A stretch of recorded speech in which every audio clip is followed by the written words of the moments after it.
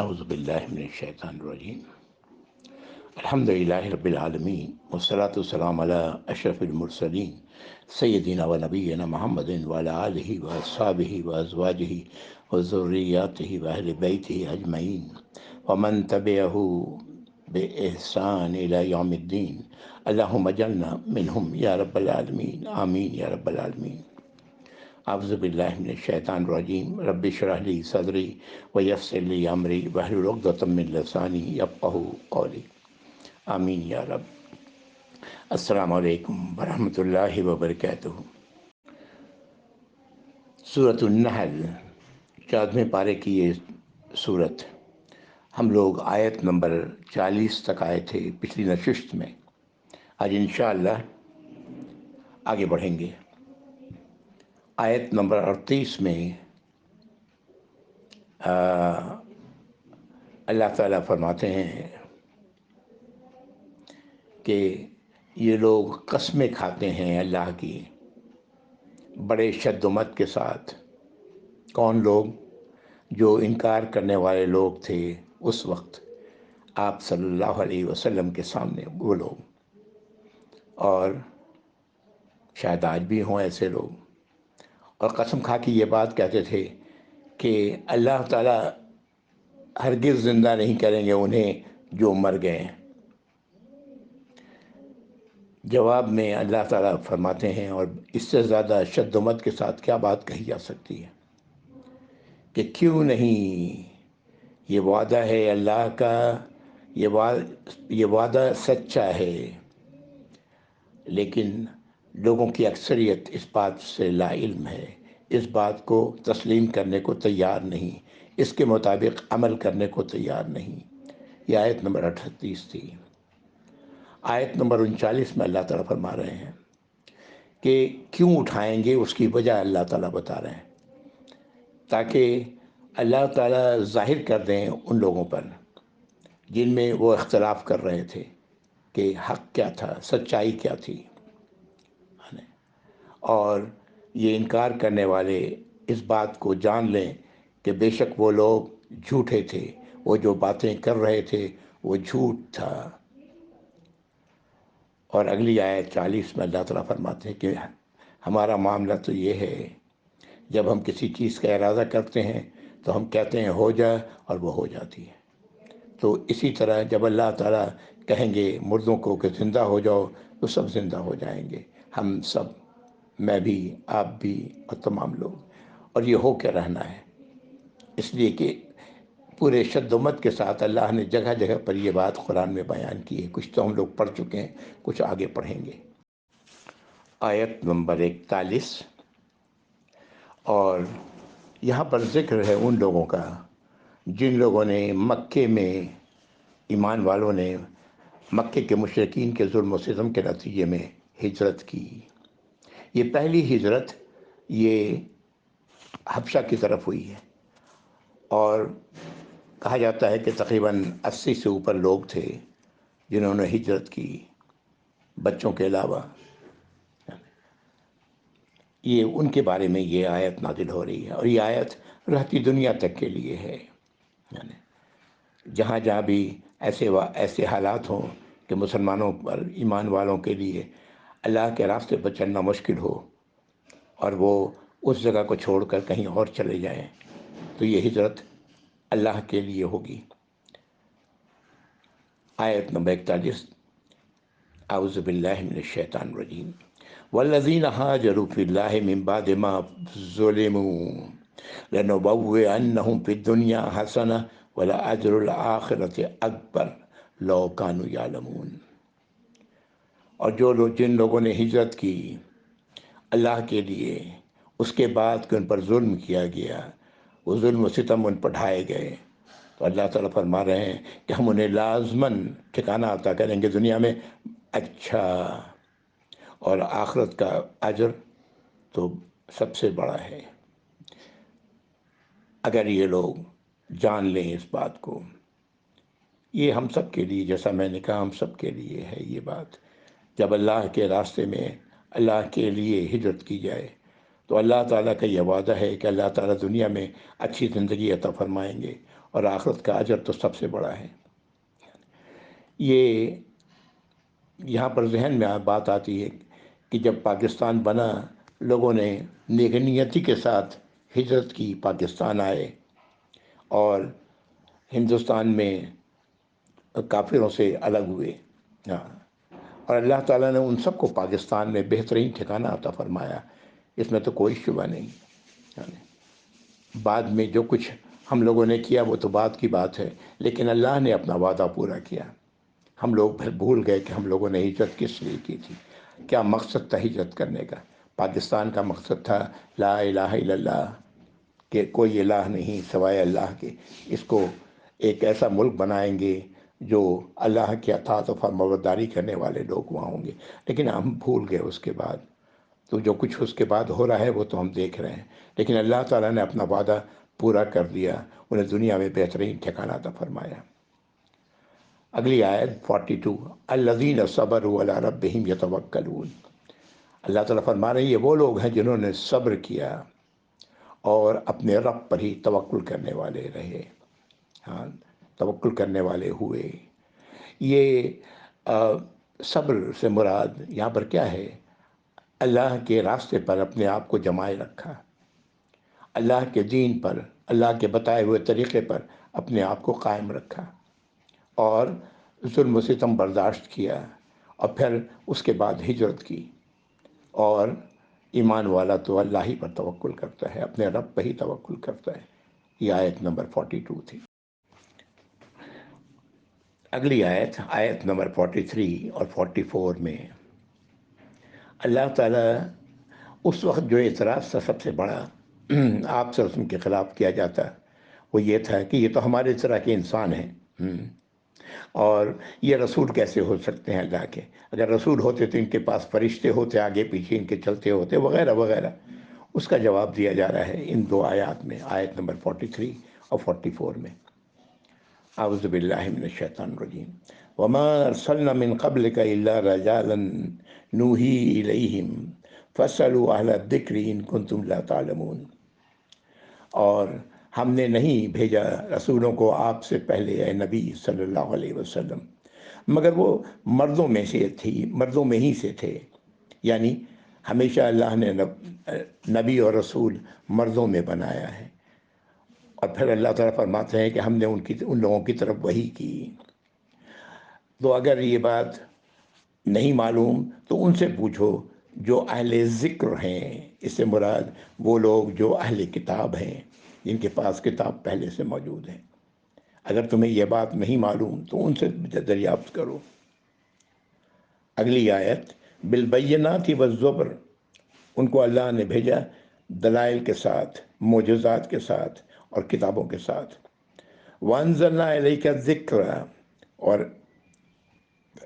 ہم نے آپ کی طرف الذکر نازل فرمایا ہے۔ الذکر سے مراد قرآن ہے، الذکر سے مراد وہ تمام ہدایات ہیں جو اللہ رب العزت نے قرآن کے علاوہ نبی کریم صلی اللہ علیہ وسلم پر وحی کی، جو آج صحیح احادیث کی شکل میں ہمارے سامنے موجود ہے۔ تو اللہ تعالیٰ فرمانا ہے کہ یہ ہم نے آپ کی طرف نازل کیا، لِتُبَيِّنَ لِلنَّاسِ، کیوں؟ تاکہ آپ اسے لوگوں پر کھول کر بیان کر دیں، مَا نُزِّلَ عَلَيْهِمْ، کہ کیا نازل کیا گیا ہے ان کی طرف، ان کی طرف اللہ نے کیا نازل فرمایا ہے۔ وَلَعَلَّهُمْ يَتَفَكَّرُونَ، اور شاید کہ یہ غور و فکر سے کام لیں، یہ لوگ جو آج مخالفت پر تلے ہوئے ہیں دین کے، اللہ کے راستوں کے، اللہ کے راستے کے، شاید کہ یہ لوگ فکر سے کام لیں، غور کریں۔ اللہ رب العزت نے یہ جو کچھ بھی نازل کیا آپ کی طرف صلی اللہ علیہ وآلہ وسلم، یہ ہمارے لیے نازل کیا، یہ ہم پر، ہماری طرف نازل کیا گیا ہے، تاکہ ہم وہ راستہ اختیار کریں جو اللہ رب العزت کی پسندیدگی کا ہے، رضا کا ہے، اور اس راستے سے بچیں جو اللہ کی ناراضگی کا ہے۔ اگلی آیت، آیت نمبر 45۔ اب یہ دھمکی ہے ہم سب کے لیے، اور ہم سب کو غور کرنا چاہیے ان باتوں پر۔ اعوذ باللہ من الشیطان الرجیم۔ افامن الذین مکروا السیئات ان یخسف اللہ بہم الارض اور یاتہم العذاب من حیث لا یشعرون۔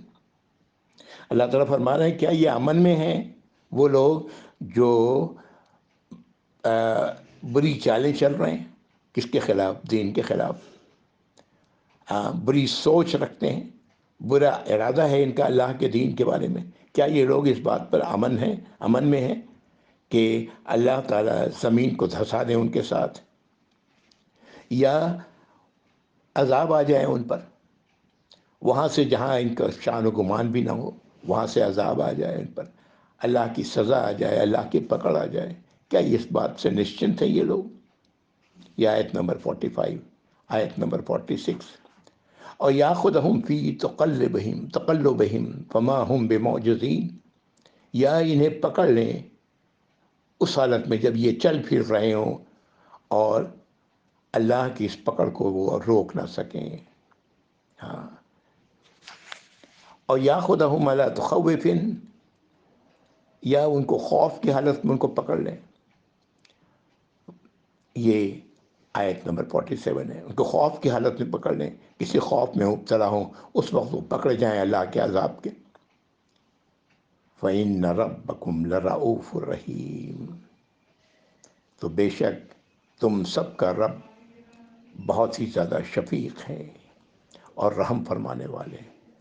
اللہ تعالیٰ ایسا کر سکتے ہیں، لیکن یہ اللہ کی شفقت ہے اور رحمت ہے کہ اللہ تعالیٰ نے جو وقت مقرر کیا ہے ہم لوگوں کی زندگی کا، ہے نا، اور جو فیصلے آپ نے کیے ہوئے ہیں، اللہ رب العزت نے کیے ہوئے ہیں، کہ وہ اس میں آگے پیچھے نہیں ہوتا، آگے آیت آ رہی ہیں۔ یہ اللہ کی محبت ہے۔ اللہ تعالیٰ تو انسانوں سے، اپنی مخلوق سے 70 ماہوں سے زیادہ محبت کرتے ہیں۔ اس محبت کا نتیجہ ہے اللہ تعالیٰ الحلیم ہے، بردبار ہے، سب کچھ ہو رہا ہے، دیکھ رہے ہیں، پھر بھی ہمیں اللہ رب العزت رزق مہیا کر رہے ہیں ہمارے لیے۔ یہ اللہ ہی کی ذات ہے کہ وہ باتیں جو حقیقت نہیں ہیں سن کر کے صبر کرتے ہیں اللہ رب العزت، یعنی اللہ تعالیٰ پکڑ نہیں کرتے، لوگ اس کی اولادیں ٹھہراتے ہیں، اور اللہ رب العزت انہیں رزق اور عافیت عنایت فرماتے ہیں۔ یہ اللہ کی سنت ہے کہ اللہ تعالیٰ ظالم کو مہلت دیتے ہیں تاکہ وہ صحیح راستے پر آ جائے، لیکن جب پکڑ نازل ہوتی ہے تو پھر اچانک تباہ و برباد کر دیے جاتے ہیں۔ اللہ تعالیٰ ہم سب کو محفوظ رکھے یا رب العالمین۔ پوری کائنات اللہ کی اطاعت و فرما برداری کر رہی ہے، پوری کائنات۔ اس کائنات میں با اختیار مخلوق دو ہیں، ایک انسان ہے اور ایک جنات ہیں، جن کو اللہ تعالیٰ نے اختیار دیا ہے، اور یہ اختیار دیا ہے کہ اپنی سوچ سمجھ سے فیصلہ کرو کہ کیا صحیح ہے اور کیا غلط ہے، اور جو صحیح سوچ ہوگی تمہاری تو اس کا انجام یہ ہے، اور اگر تم نے غلط فیصلہ کیا تو اس کا انجام یہ ہے۔ یہ اللہ تعالیٰ نے بتا دیا ہے۔ یہ اگلی آیت نمبر 48 اور 49 بھی، 50 بھی، یہ تمام آیات یہ اسی طرف اشارہ کر رہی ہیں کہ کس طرح پوری کائنات اللہ کی اطاعت و فرما برداری کری۔ در حقیقت سجدہ کرنا کیا ہے؟ کسی کے سامنے اپنا سر رکھ دینا کیا ہے؟ اس کی اطاعت و فرما برداری کا یقین دلانا ہے۔ اعوذ باللہ من الشیطان الرجیم۔ اولم یروا الی ما خلق اللہ من شیء یتفیأ ظلالہ عن الیمین والشمائل سجدا للہ وہم داخرون۔ اللہ تعالیٰ فرماتے ہیں کہ کیا یہ لوگ نہیں دیکھتے کہ جو کچھ اللہ نے بنایا ہے کچھ بھی، اس کے سائے دائیں اور بائیں سجدہ کر رہے ہوتے ہیں اللہ کے لیے، اور پوری عاجزی کے ساتھ۔ یہ ایک حقیقت ہم لوگ دیکھتے ہیں، سورج کی روشنی کی وجہ سے کسی چیز کا سایہ بھی دائیں اور بائیں ایک طرف بڑھتا چلا جاتا ہے، پھر سکڑتا چلا جاتا ہے۔ اللہ تعالیٰ فرما رہے ہیں کہ یہ در حقیقت سجدہ کر رہے ہیں، اطاعت و فرما برداری کا اعلان کر رہے ہیں اللہ کے ساتھ۔ اگلی آیت وَلِلَّهِ يَسْجُدُ مَا فِي السَّمَاوَاتِ وَمَا فِي الْأَرْضِ مِن دَابَّةٍ وَالْمَلَائِكَةُ وَلِلَّهِ يَسْجُدُ مَا فِي السَّمَاوَاتِ وَمَا فِي الْأَرْضِ مِن دَابَّةٍ وَالْمَلَائِكَةُ وَهُمْ لَا يَسْتَكْبِرُونَ۔ اللہ تعالیٰ فرما رہے ہیں کہ اللہ ہی کے لیے سرو سجود ہیں آسمانوں میں جو کچھ ہے اور جو زمین میں ہیں، جانداروں میں سے اور فرشتے، اور وہ ان میں سے کوئی بھی تکبر نہیں کرتا، اس کی آنا اسے نہیں روکتی اللہ کے آگے سرو سجود ہونے میں۔ آیت نمبر 50 یخافون ربہم من فوقہم ویفعلون ما یؤمرون۔ یہ خائف ہوتے ہیں اپنے رب سے، یہ تمام سب کے سب من فوقہم اوپر سے ظاہر کر رہا ہے اللہ تعالیٰ اس پوری کائنات کے اوپر ہیں، اوپر سے یفعلون ما یؤمرون، اور جو بھی انہیں حکم دیا جاتا ہے وہ کر گزرتے ہیں۔ یہ آیت سجدہ بھی ہے، سجدہ تلاوت ہے، یہاں پر سجدہ کر لیں، جب موقع ہو تو کر لیں، ابھی موقع ہے تو ابھی کر لیں، ورنہ کہیں سبحان اللہ والحمد للہ ولا الہ الا اللہ واللہ اکبر۔ یہ ہے پوری کائنات کی حالت جو اللہ کے آگے سر بسجود ہے۔ یہ انسان ہے اور جنات ہیں جس کو اللہ نے اختیار دیا ہے، چاہو تو سجدہ کرو، چاہو تو نہ کرو۔ ہم سب ایمان والے ہیں، ہم سب اللہ کے آگے ہی سر بسجود ہیں، اور ہر ایمان والے کو ایسا ہی چاہیے۔ اس کا مطلب ہے اللہ کی اطاعت و فرمانبرداری اپنے اوپر لازم کرنا، اللہ کی ناراضگی سے اپنے آپ کو بچانا، اور یہی ہے کامیابی کا راستہ۔ اگلی آیت نمبر 51، بالکل کھول کے اللہ تعالیٰ نے بات سامنے رکھ دی ہے۔ اعوذ باللہ من الشیطان الرجیم۔ وقال اللہ لا تتخذوا الہین اثنین انما هو الہ واحد فایای فارہبون۔ اللہ تعالیٰ نے یہ بات فرما دی ہے کہ مت بناؤ ایک اللہ سے دو اللہ، اللہ کا شریک مت بناؤ، بے شک اللہ اکیلے ہیں، اکیلے الہ ہیں، اللہ کے سوا کوئی اور الہ نہیں۔ تو اللہ تعالیٰ فرما رہے ہیں کہ مجھ سے ہی ڈرو، مجھ سے ہی خوف زدہ ہو، کیوں؟ اللہ کی سزا سے اپنے آپ کو بچاؤ۔ میرا جو قانون ہے وہ اٹل ہے، اس میں تبدیلی نہیں ہونی۔ اگر تبدیلی اللہ تعالیٰ کریں تو پھر انصاف کیا ہوا؟ اگر قانون کسی کے لیے کچھ ہو کسی کے لیے کچھ ہو تو انصاف تو نہیں ہوا نا۔ اللہ تعالیٰ سے زیادہ بہتر انصاف کرنے والے کون ہیں؟ تو اللہ تعالیٰ فرما رہے ہیں کہ مجھ سے ہی خوف زدہ ہو۔ وَلَهُ مَا فِي السَّمَاوَاتِ وَالْأَرْضِ وَلَهُ الدِّينُ وَاسِبًا أَفَغَيْرَ اللَّهِ تَتَّقُونَ۔ کیوں ایسا ہے کہ اللہ ہی الہ ہے؟ اس لیے کہ آسمانوں اور زمین میں جو کچھ ہے وہ سب اللہ ہی کا تو ہے، اور زندگی گزارنے کا طریقہ دین اسلام یہ ہمیشگی کے لیے ہے، یعنی جب تک یہ کائنات رہے گی، جب تک انسان رہیں گے، بااختیار مخلوق رہے گی، ان سب کے لیے زندگی گزارنے کا وہی طریقہ ہے جو اللہ نے نازل فرمایا ہے۔ اور آگے اللہ تعالیٰ فرما رہے ہیں افغیر اللہ تتقون، کیا تم اللہ کے علاوہ دوسرے سے ڈرتے ہو؟ دوسروں سے اب خوف سے اپنے آپ کو بچاتے ہو، دوسرے کی سزا سے اور اس کی برائی سے اپنے آپ کو بچاتے ہو؟ تمہیں تو اللہ کی سزا سے اپنے آپ کو بچانا چاہیے۔ مزید فرمایا جا رہا ہے اگلی آیت میں وَمَا بِكُم مِّن نِّعْمَةٍ فَمِنَ اللَّهِ، اور جو بھی نعمتیں تمہارے پاس ہیں وہ تو اللہ ہی کی طرف سے ہیں، اللہ ہی نے تمہیں دی ہیں۔ ثُمَّ إِذَا مَسَّكُمُ الضُّرُّ فَإِلَيْهِ تَجَرُونَ، پھر جب تمہیں کوئی تکلیف پہنچتی ہے تو تم اسی کی طرف، اسی سے فریاد کرتے ہو۔ ثُمَّ إِذَا كَشَفَ الضُّرَّ عَنْكُمْ اور جب تم سے وہ تکلیف دور کر دیتے ہیں اللہ تعالیٰ، اذا فریق منکم بربہم یشرکون، تو تم میں سے وہ لوگ بھی ہیں جو اپنے رب کے ساتھ پھر شرک کرنے لگتے ہیں، شریک ٹھہرانے لگتے ہیں۔ لیکفروا بما آتیناہم، تاکہ وہ اللہ کی اس نعمت کو جو اللہ نے ان کو اس تکلیف سے دور کیا ہے اس کا کفر کریں، اس کی ناشکری کریں، جو ہم نے انہیں دیا اس کی ناشکری کریں۔ تو اللہ تعالیٰ فرما رہے ہیں آیت نمبر 55 کہ فتمتعوا فسوف تعلمون، تو عیاشیاں کر لو، عیش کر لو، زندگی گزار لو، فائدہ حاصل کر لو، اور تم لوگ پھر تمہیں پتہ لگ جائے گا، تم لوگ جان لو گے۔ کیا جان لو گے؟ کہ تمہارا انجام کیا ہوا، یہ معلوم ہو جائے گا۔ یہ بڑی حقیقت والی ایک حقیقی بات ہے۔ اکثر ہم سبھی میں ایسے لوگ ہیں جب کوئی تکلیف پہنچتی ہے تو اللہ سے دعا تو کرتے ہیں، اور پھر وہ بہت سارے درباروں کی، پیروں کی، فقیروں کی، وہ ان کی خدمت میں بھی لگے ہوتے ہیں، اور جب اللہ تعالیٰ ان کی تکلیف کو دور کر دیتے ہیں تو وہ سمجھتے ہیں کہ یہ ان پیروں فقیروں کی وجہ سے، ان کی وجہ سے میری تکلیف دور ہوئی ہے۔ تو در حقیقت یہ اللہ کی ناشکری ہے نا۔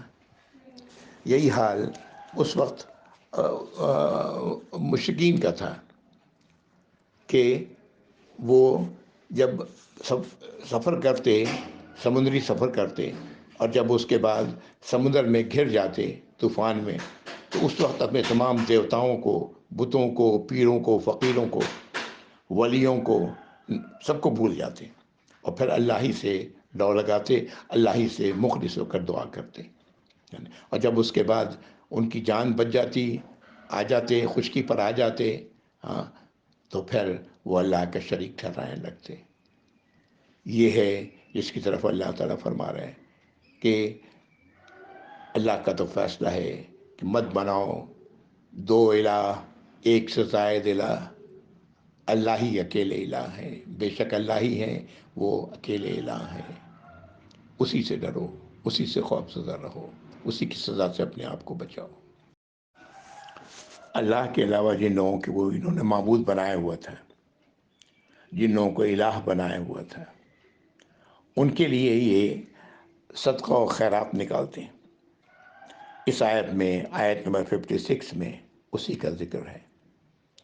اللہ تعالیٰ فرما رہے ہیں وَيَجْعَلُونَ لِمَا لَا يَعْلَمُونَ نَصِيبًا مِمَّا رَزَقْنَاهُمْ، کہ یہ نکالتے ہیں ان لوگوں کے لیے حصہ، جن کو یہ جانتے بھی نہیں کہاں سے، کس چیز میں حصہ، اس رزق میں سے جو ہم نے انہیں دیا۔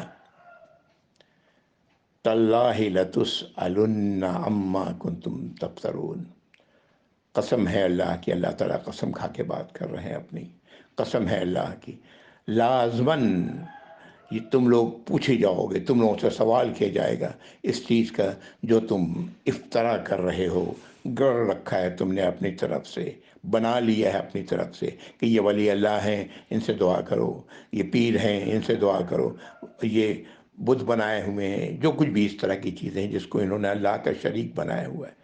اللہ تعالیٰ قسم اپنی کھا کے کہہ رہے ہیں کہ اللہ کی قسم، ہم نے پوچھنا، لازماً پوچھنا ہے ان سب سے جو وہ جھوٹ گڑ رہے ہیں۔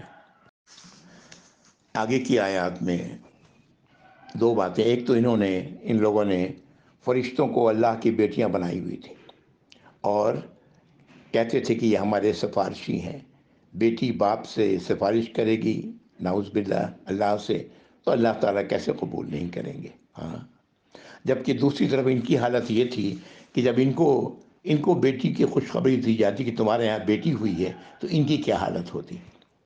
آج بھی معاشرے میں ایسے لوگ ہیں جو بیٹی کی پیدائش کو ناپسندیدگی سے دیکھتے ہیں، ہم مسلمانوں کے اندر، ہم ایمان والوں کے اندر، ان سب کو غور کرنا چاہیے ان آیات پر۔ اللہ تعالیٰ فرما رہے ہیں آیت نمبر 57 وَيَجْعَلُونَ لِلَّهِ الْبَنَاتِ، اور انہوں نے اللہ کے لیے بیٹیاں بنائی ہوئی ہیں۔ ہاں، سبحانہ، اللہ کے ذات بیٹا بیٹی سے پاک ہے، اللہ کی تو کوئی ہم جنس ہے ہی نہیں۔ ہاں، وہ اللہ تعالیٰ ان کمزوریوں سے پاک ہیں جو انسانوں کے اندر ہوتی ہیں. ہم وَلَهُمْ مَا يَشْتَهُونَ، اللہ تعالیٰ فرما رہے ہیں اور ان کے لیے وہ ہے جو یہ چاہتے ہیں. کیا چاہتے ہیں آگے ذکر ہو رہا ہے آیت نمبر 58 میں.